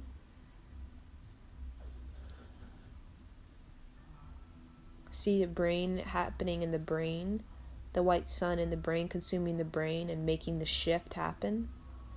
I release all fear connected to manifesting now. Affirm clear.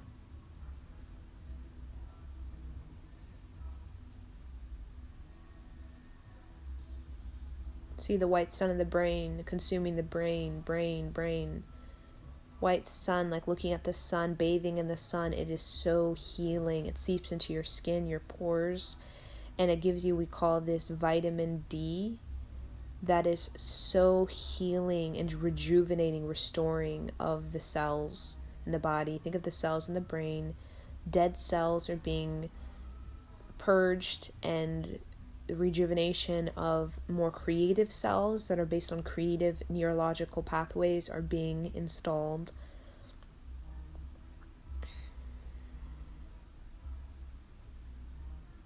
I deserve to receive my intention. Affirm clear.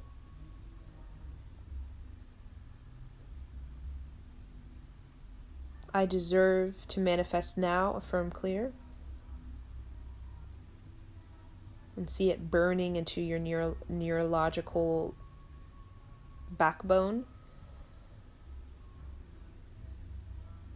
which is the stability of the pattern in the brain, the neurological backbone, stability of the pattern in the brain.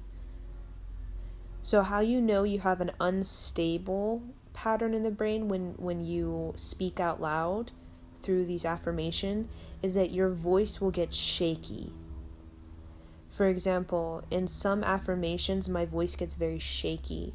In my personal journal, I have affirmations that I speak out loud and I get very shaky. That means there's fear. It's unstable. It doesn't have backbone. So you have to create backbone to this affirmation. So, for example, when I speak, I deserve. Did you hear my voice? It raised, and it's not a raising of volume. It's my energy raised. The kundalini raised, meaning my life force was activated. There's life force behind the statement. Now, for example, if I speak, and this is what the vibration is, I deserve my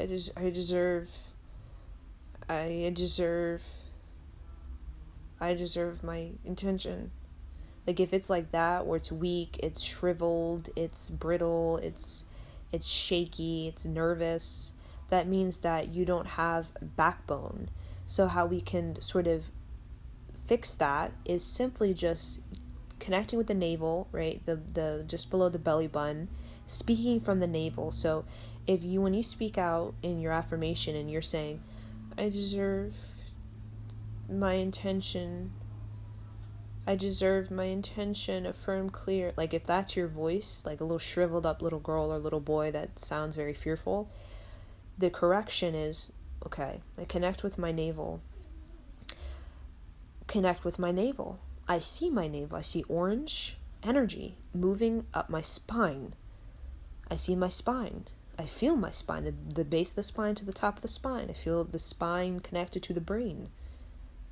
I deserve my intention, affirm clear. So you feel that it's very direct.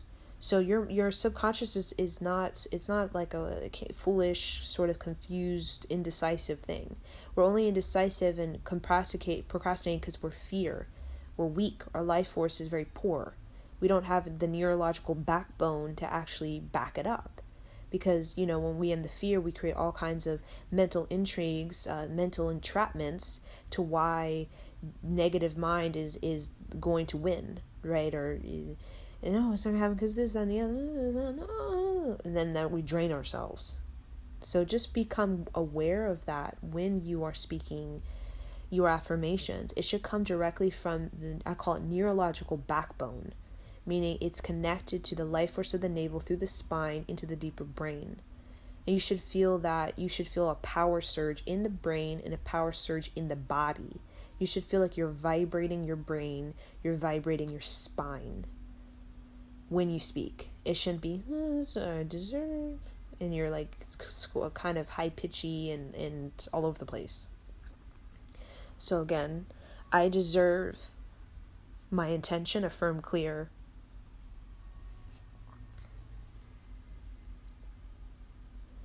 I deserve to manifest now, affirm clear. So again, when I speak the command, I speak more from my masculine energy, because masculine is about projection. So when you want something, it's a masculine energy. Even if you're a woman, if you're a man, it's a masculine energy. So when you're saying I deserve, the deserve word, the frequency of it is masculine. So that means you have to step into a masculine. So if you say, I deserve my intention, affirm clear, you can feel how my energy shifted. I become more masculine, meaning that's backbone. Backbone is about being masculine, being true to your word, being, I'm going to do the thing, right? So if I were to say, I care for my intention, affirm clear. See, that's a different energy, right? It's a different word. Care is more receptive. It's more of a feminine. It's more about relaxation and restoration. That's a feminine energy. So choosing your words, because each word is a key, and a keyhole in the brain gives you a particular connectivity, and some connectivities are powerful than the others. So that I deserve my intention, affirm, clear. You feel that has a lot more power surge in the brain and in the spine than I care for my intention, affirm, clear. It's a different sensation that moves in through the brain. So again, just like meditations, there are certain meditations that are more powerful than others, and that's just how it is. There are certain meditations that are more powerful than others, right? In the yogic science, right? Not all meditations, just like not all affirmations, are considered equal. So, I deserve my intention, affirm, clear. I deserve to manifest now, affirm, clear. So you can feel you're deserving, like if you deserve it or not, because you will feel it in the spine, and you'll feel it in the brain, again, neurological backbone. You'll actually feel like you have the spine for it. That's the thing. If you have an intention that is this and you don't have the spine for it, meaning you're not willing to do what it takes to obtain it or to excel, then it's going to show up in your spine, meaning you're not going to feel the strength of your spine, right? And that's how you know the to deserve, which is a masculine energy. It's a projection. You have to work on your projection. You have to work on practicing to deserve, because to deserve is not a month. It's a lot of times to deserve the spine, to get the spine, it actually is. To deserve is to be consistent. That's a masculine energy. To be consistent, to be dedicated, to be dependable. And to be consistent, to prove yourself, to the word consistency, it takes weeks, months, years in many ways. Okay? So, will you try another affirmation? This is one I would recommend as a daily affirmation, especially with working through any category of obsessive behavior, right? Because it takes back your power. The word deserve takes back your power. It gets you more focused, like on a task or a project or a practice you can do to better align yourself and raise your vibration. And it also takes back your power that you can have an intention and you can manifest the how, the when, the where quite magically, and it just comes to you. Because when you deserve, all the wealth of the world just comes to you. It's not like I deserve and then you have to go hustle and hassle, because when you deserve, it's like it's your justice, it's your destiny, it just comes to you. So the when, the how, the where, it's not, oh, I gotta go pine over this hustle and try to force it to work. It becomes, no, I deserve, it's gonna come to me, right? And I'm just going to continue to raise my vibration and be at the right place at the right time, with my life force in the right position of I deserve my intention, affirm, clear. I deserve to manifest now, affirm, clear. So feel that in the spine. If you don't have the spine for it, you will feel like you won't feel it grounded, and you won't feel stable about it. Because how you know you're not stable is tomorrow you'll feeling like you're somewhere, and then the next, you go back and forth like a pendulum. That's how you know you don't have the spine for it. But if you've been very consistent, like I deserve, and it feels very stable, it means that you have the spine for it. You're not a pendulum that one day and the next day you practice and you don't practice, and then, just all over the place. So,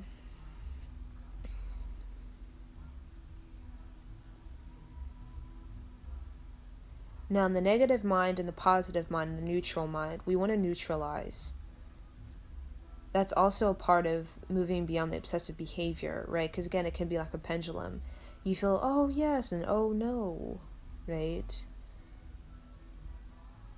So just visualize get in touch with the negative, right? There's always reasons. The negative has its own reasons, right? It has its own reasons for why the whatever, you're anxious, or you want the power because you feel powerless, or you want to fill in the holes of love because you don't feel necessarily deserving of love, or you feel like maybe you're not good enough for love or to give and receive love.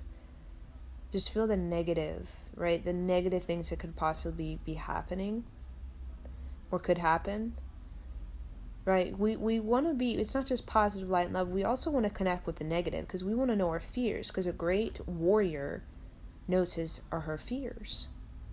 A great warrior knows his or her fears. Doesn't indulge in them, but is aware. Because as a warrior, you have to be strong. And if you don't know your fears and they come up and you don't know how to handle them, you will lose. You will lose every time. So the reasons, whatever the fear is, if you really just let it come, it will show you why you're anxious, why you're trying to power control, why you're trying to fill in the holes of love. There's some, it could even be very deeper than what you know.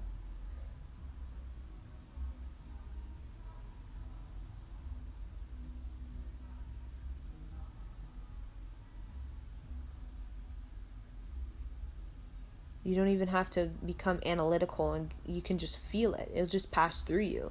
You can just get a word, a phrase. You can even just see an image. Just become aware. And then eventually you'll be able to even find a sentence, just a couple words to best describe what that is, this fear.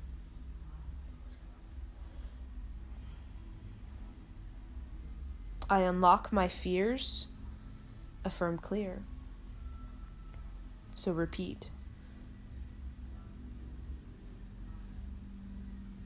I face my fears, affirm clear.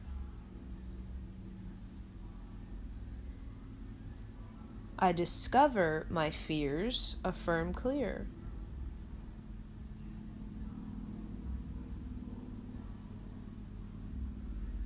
I empower my fears, affirm clear.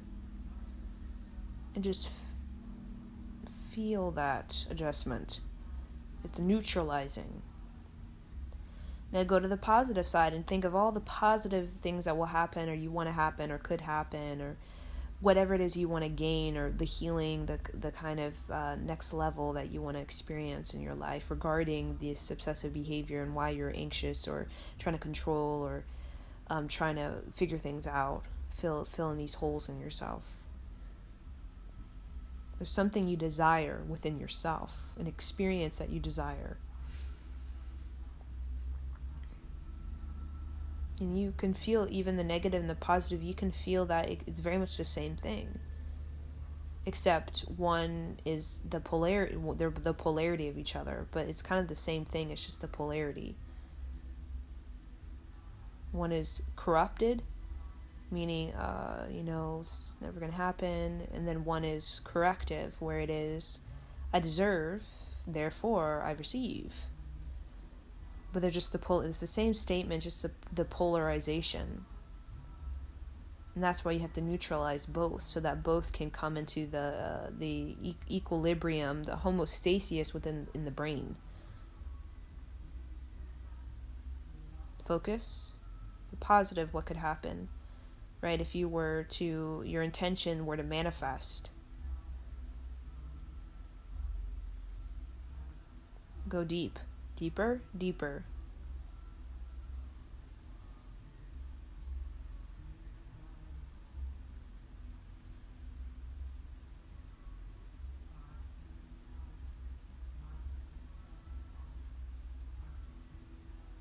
Now, repeat after me. I embrace my heart's desires, affirm clear.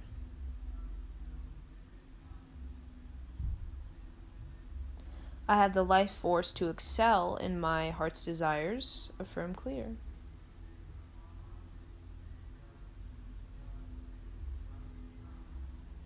I have the tolerance and excellence to excel, affirm clear.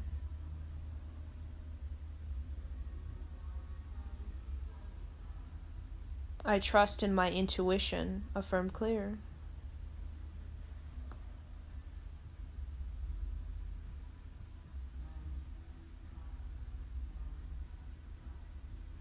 I develop my artistry. Affirm clear.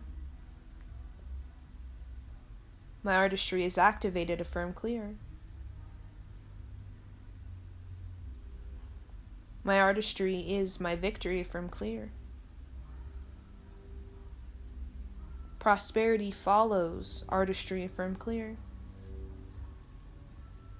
Prosperity and artistry are the same energy. Affirm clear.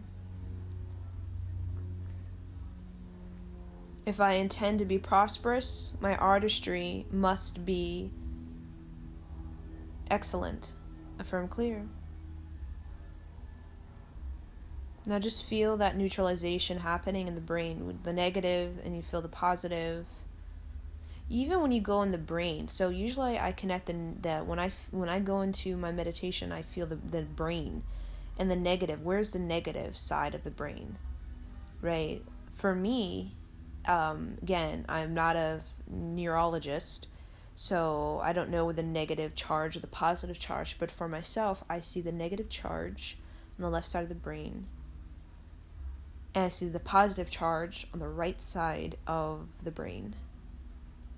Positive charge, right? Which, again, when you can think of the negative charge, it represents the spaciousness.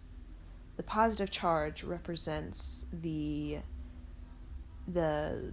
creative, the coming into form. So the negative space we associate as the female, right? The negative mind, but it really represents just space, right? You think of negative space in a photograph, which is just empty space. It's called the negative charge can represent this sort of unknown, right? The mystery, this sort of this emptiness. And usually the mind, when we look at the mind, usually we think of the mind being negative more than like positive charge. And things is more of a negative charge, because the mind, it's about space. The mind is meant to be spacious. It's not meant to be filled up, right? And the neurology of the mind is actually meant to receive information and then to send the signal to the body and then let it go. It's not meant to hold on to anything. The body is a positive charge. So I see the mind as a negative charge. I see the body as a positive charge because the body represents the creative form, like the form of the kidney, the form of the liver, the form of the arms, the form of the heart, the form of the breast, the form of the lungs.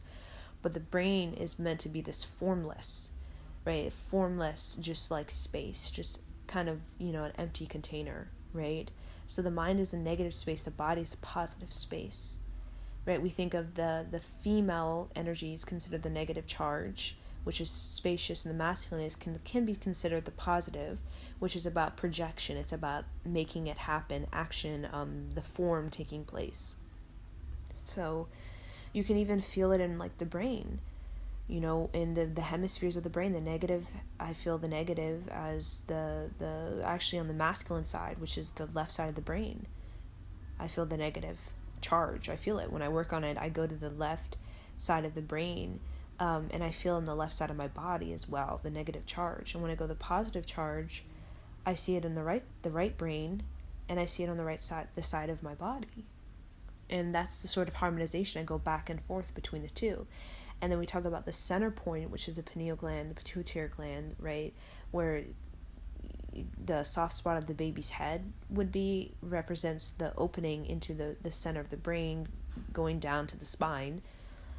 That's the place, the center spine, the backbone. The backbone actually represents the neutrality. So we say you have backbone, it means you're neutral.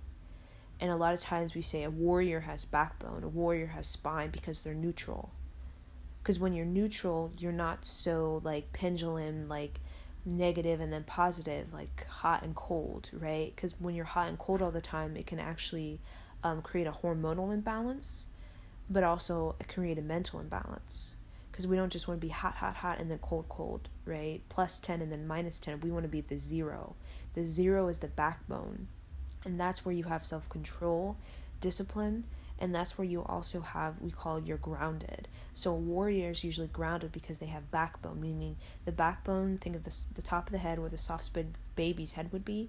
down the center of the brain, down the spine, is considered the backbone. And that's where you are neutral. You're not a pendulum. You have backbone. It's called neurological backbone. And that means that you are neutral. You have the negative mind. You have the fear. You have the positive mind. You have the creative energy. But you have the a firm clear in the negative mind, the firm clear in the positive mind. And that's what brings you to this center point, this backbone, where even though you have fear, you're still going. Even though you feel, very positive, you're still going. So it's not stunning your growth. It's not procrastinating you. It's not keeping you back. When it keeps you back, it means you're a pendulum. You don't trust yourself. When you have backbone, you trust yourself, right? So in your experiences, your decisions, your choices, because when you have backbone, you tend, when your negative mind and positive mind are equalized, you have an intuitive mind. An intuitive mind sees the intention from the polarity, such as maybe it won't happen like this, maybe it will happen like this, from a place of being available to the changes that may happen, so the intention can better manifest. And that, again, that you can see that as negative, you can see it as positive, such as changes happen as like you had an intention for this particular creative artistry. It doesn't work out. Like you had a business partner, it fails. You had a partnership, it failed. Or you tried this, it didn't work out, you lost money, whatever it is. The neutral mind, the backbone, the neurological backbone doesn't care. Because intuitively it knows that everything is about creating a better manifestation than before. So even though these relationships failed and the fear, it's showing they failed for a reason, because there's a better manifestation. You lost money because you needed to learn an important message so that you could prevent yourself from losing tons and tons of money in the future if you were naive in some way. So the neutral mind, the backbone, is just looking at it from a place of everything, either negatively or positively, is helping me to better manifest, right? And it could be a tower moment where something rough happens. It's giving you better manifestation, because where you're at or what you're doing or who you're with or what habits, behaviors, lack of intuition, all of that has to be corrected if you're to better manifest. So if you're ignoring your intuition and just going for relationships that are not serving you, and your intention is to have a relationship of powerhouse, you bet those relationships will fail and you'll feel very negative about it. But your neurological backbone won't care. It'll be like, well, you had to go through that because you intended to have a powerhouse couple relationship. And if these relationships are not powerhouse, so I remove them, right? And you're negative about it because I removed it, but it had to be done so you could better manifest. And that's why it's absolutely important for us to work on the affirming clear in the negative mind and in the positive mind, so we can have that backbone. So that the reason people get very caught in the negative mind, kind of stuck in, indecisive, procrastinating, stagnant, is because the negative mind, they get so into that, whatever they're playing it out, the narrative of like, I lost all this money, I lost, this job, I lost this relationship, this thing didn't work out, this failure, whatever it is, fear, anxiety, you lost power, you're trying to take power back, and you feel like you've lost, there's holes in you, you try to fill up the holes. We can get very, very obsessed about trying to figure it out, or trying to get the power back, or just obsessive behavior in general. And really, we can get kind of very caught in that, where we can really stun our growth, right? And there are people who really stun their growth, waste time, that kind of thing, because they don't allow themselves to keep going. That's what happens. They don't allow themselves to keep going. They get in this negative mind. Oh, I shouldn't, all the negative reasons that I'm jealous, or, greed or envy or whatever it is that has some kind of imbalance, like a pendulum. And the reason people they stun their growth is because they don't keep going. All you have to do is just keep going. Because the negative thing will happen, the positive thing will happen. All you have to do is just keep going. Right? All you have to do is, because that's what the backbone is. Your spine is just the force that keeps you going. Without a spine, we can't move at all. We're completely disabled. So the backbone, the neutral mind, is the thing that keeps you going, right? And we disable ourselves because we don't use our backbone to keep us going. And when we don't have backbone, we stop having experiences, we stop learning, we stop serving our Sattvic record, and what happens is we kind of become like we lose our spine, and then we just sit there. Think about not having a spine. You're disabled. You just sit in a chair, right? And you don't do anything. Experiences you don't really learn through experiences, and you don't really serve your Sattvic record, because in order to serve your Sattvic record, you have to have experiences, you have to try new things, you have to take risks, you have to venture, and you have to travel, either mentally, emotionally, physically, to gain your healing and to restore your soul and to restore your creative energy and to build it up. You have to travel to build up your creative energy. It doesn't happen just sitting on your ass. And that's what happens when people get so caught in the negative mind. They're just so fear-based that they won't even leave their house. They won't even leave a relationship. They won't even leave a job. They won't even try something new. They won't even make that leap of faith because they have no backbone. They're like paralyzed. We talk about a person who's disabled as a person who has no backbone. They're negative and they're stuck there, and that there's excuses, right? It's not the time, not good enough, indecision, procrastination, I'm not sure, and you can play I'm not sure all day long, but the Sattvic record needs to have an experience, and I'm not sure is not an experience. People think that is, but when you do that for years, months, it's not an experience. What is an experience is something where you learn. You don't learn if I'm unsure, right? It's an experience. It's an experience when you learn, and that's about it's a flow of love. It's for your participation. It's Yogi Bhajan. Life is a flow of love. It only takes your participation. Participation in a flow of love is experience. Unsure is not participation. That's just sitting there looking at it, wanting it, maybe curious, but not doing anything. And we're human beings. If we just want to look at humans, we just be spirit guides and just watch. We didn't come here to just watch. We came here because we wanted to participate. And that's what happens when people get stuck in the negative mind, is that they become like, all they do is watch. They're curious, but they don't actually participate in the backbone, which is their intuition. So this intuition is not the negative mind or the positive mind. It's actually the backbone. It's the neurological backbone. And that has to do with the physiology, the mind connected to the body. Meaning the body is physical.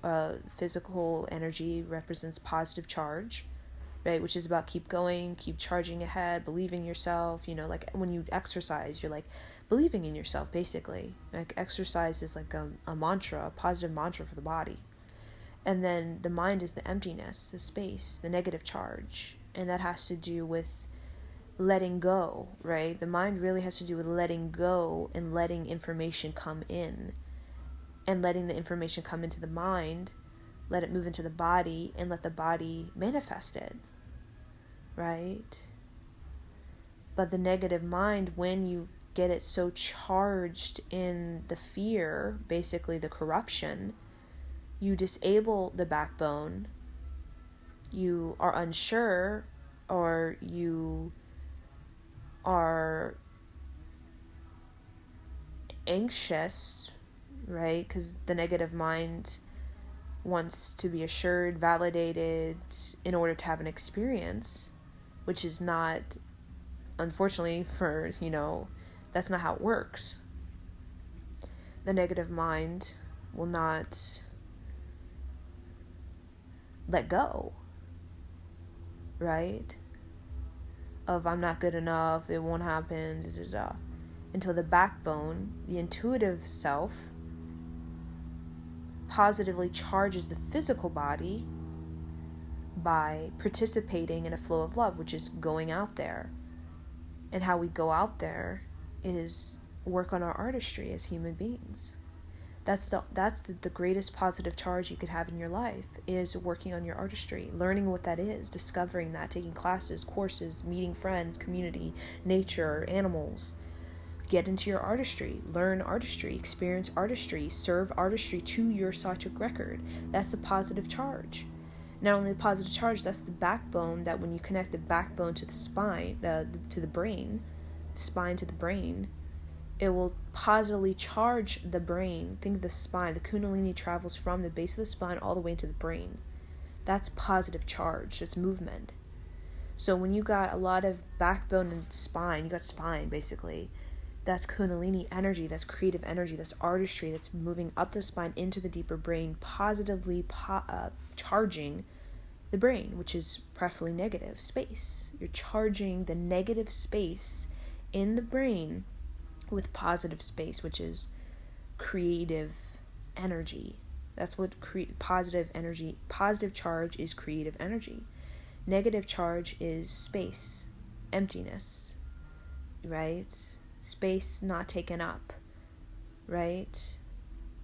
So in the negative space, when the more you work on your artistry in the physical body and practice that, the more you're moving the Kundalini into the deeper brain from the spine, basically creating that neurological backbone, which is, I have the spine of creativity charging the negative space in my brain to have the life force in the brain, the vitality in the brain and in the body to be able to keep going, moving through the negative, moving through the positive, and in every time, and all the movement through it, I'm getting more self-knowledgeable, right? I have more knowledge.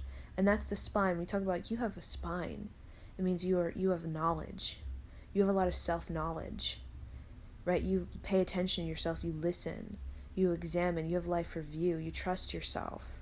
You're disciplined. You have self-control.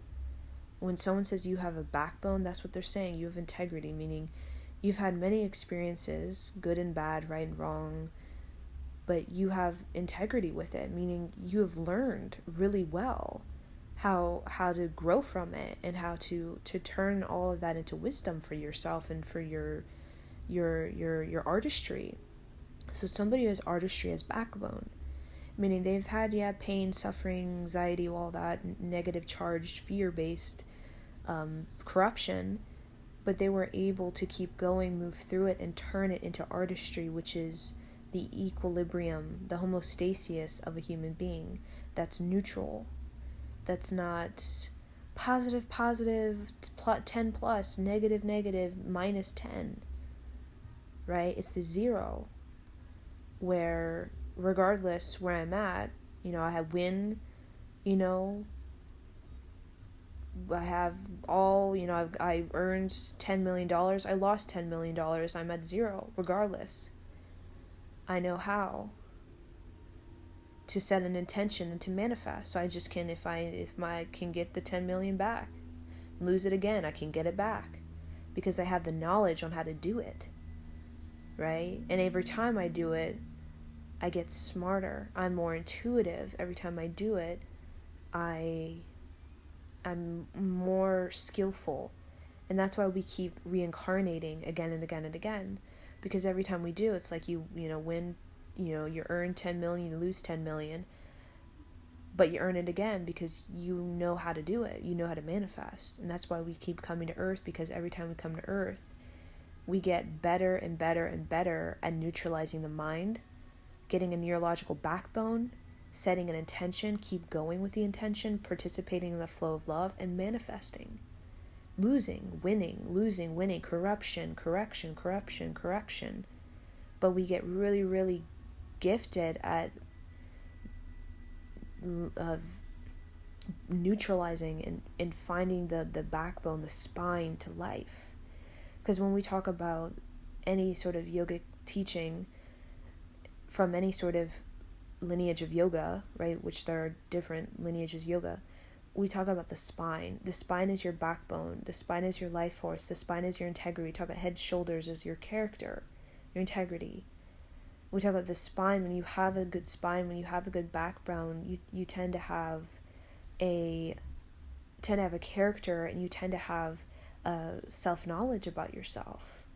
You tend to know how to move the energy, the positive energy, into the brain and clear out the negative energy, or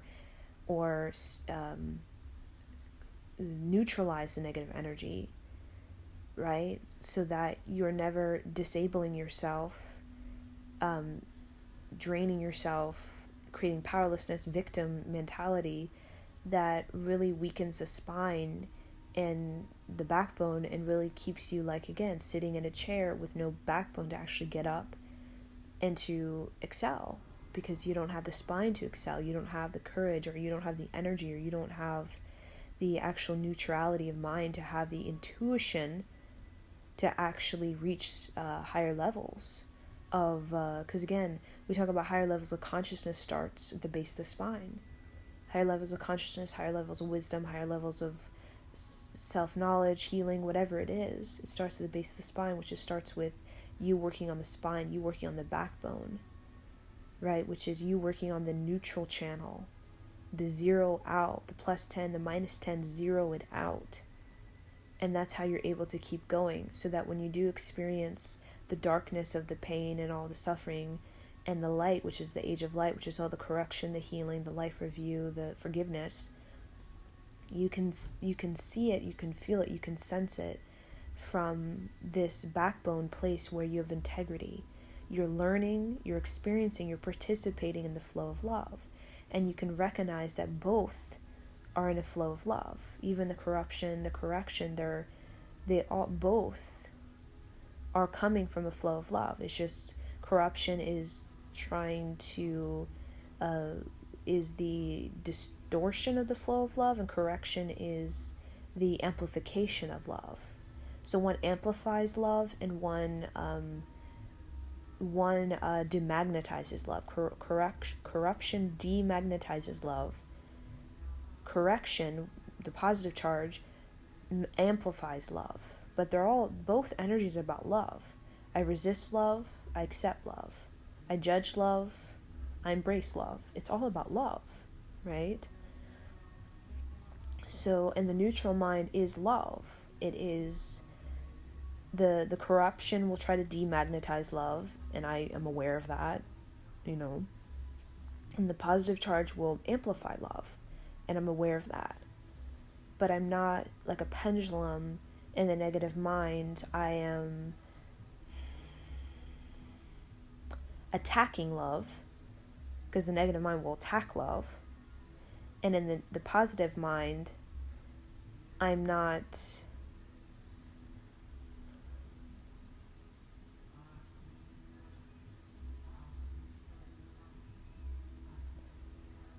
separating love from my human condition, right? Such as making love this big romantic thing, right? That kind of separates from the human condition. Like I want to escape the human condition by just falling in love and just going to la la land, right? That's the backbone. I'm here to love, participate love in the corruption, which is, I hate love, I hate relationships, but I'm also here to experience love in the positive charge, which is love in harmony and balance and healing.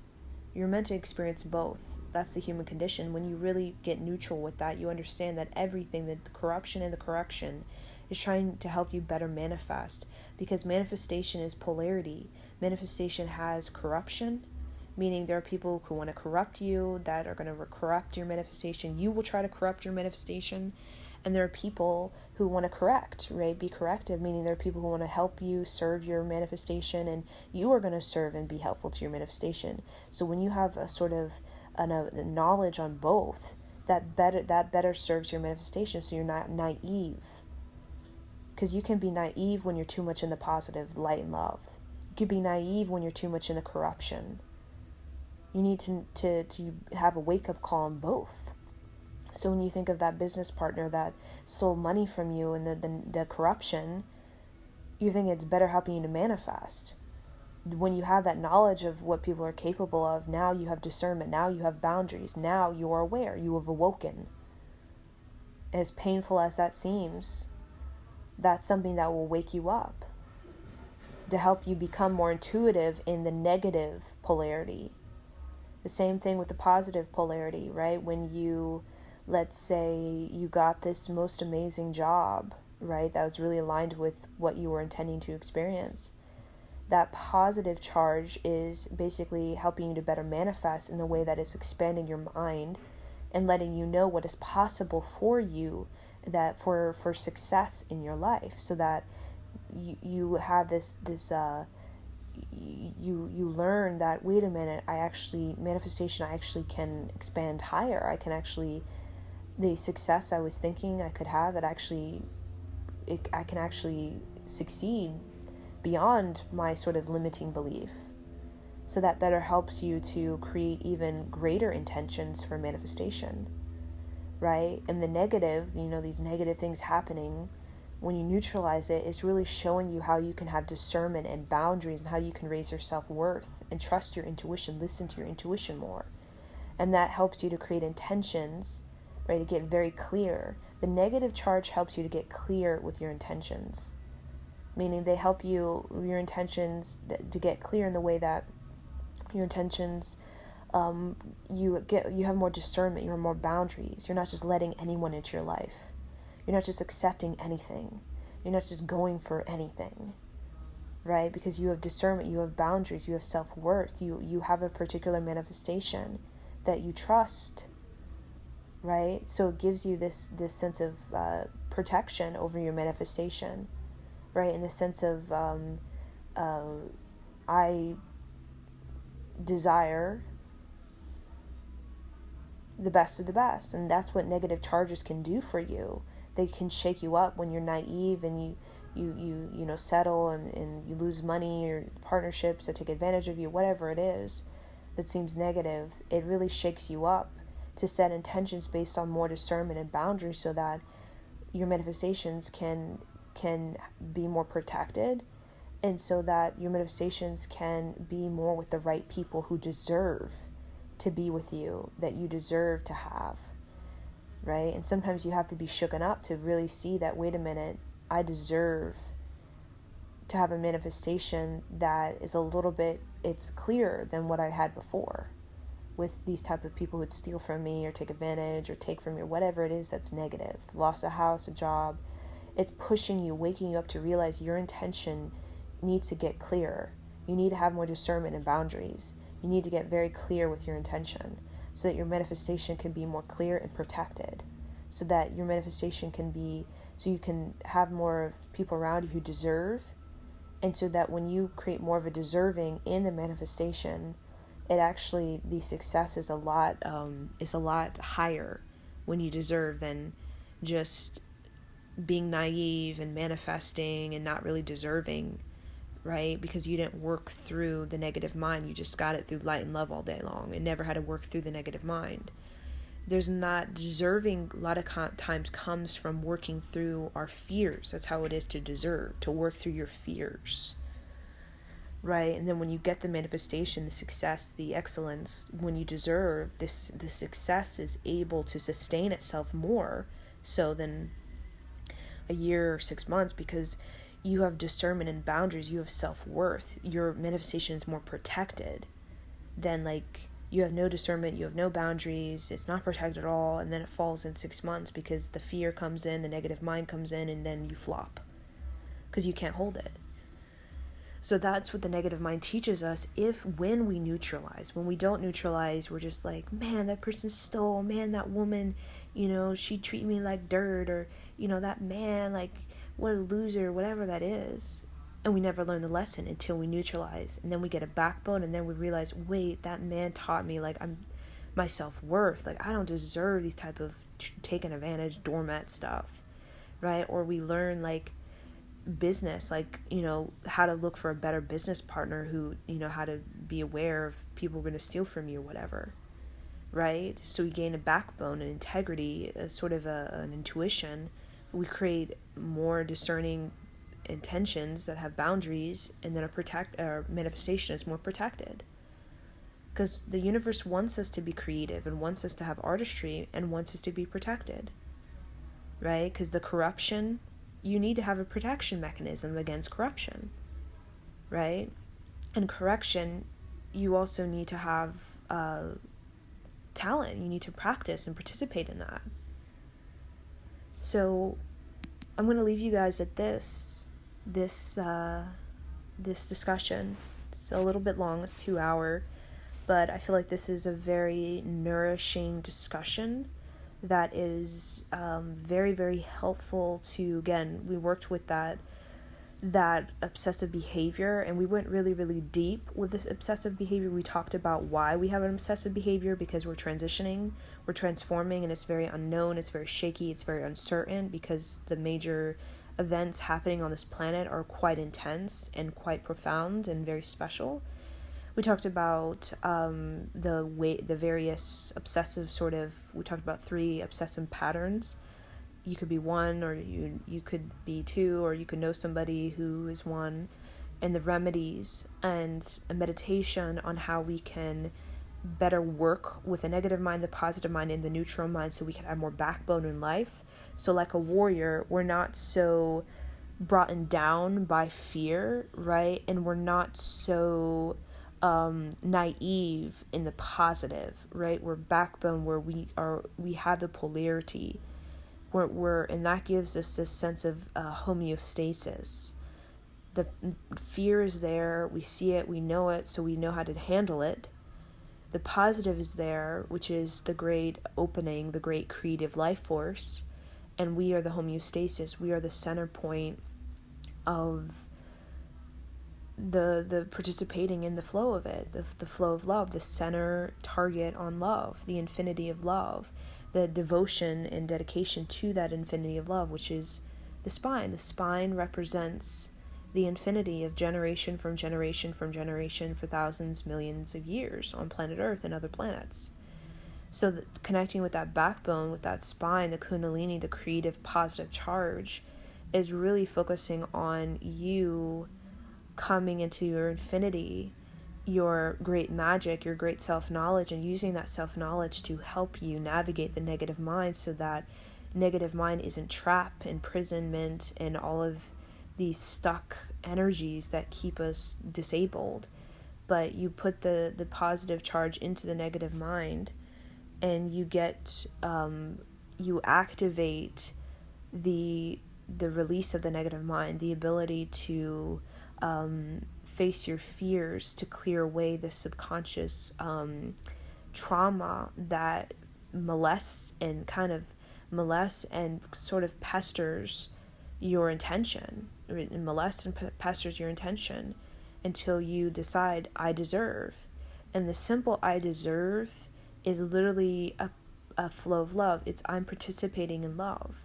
I have the backbone of love, right? I trust myself. I have intuition. I deserve. And when you really feel you have the spine for I deserve, really that subconscious, whatever fears and traumas, they begin to obliterate by the sword of your truth, which is your artistry, that I'm an artist. I have artistry, I have spirituality moving through my spine, I have creativity moving through my spine, and I'm using that heat, I'm using that healing to diminish these subconscious, you can say corruptions,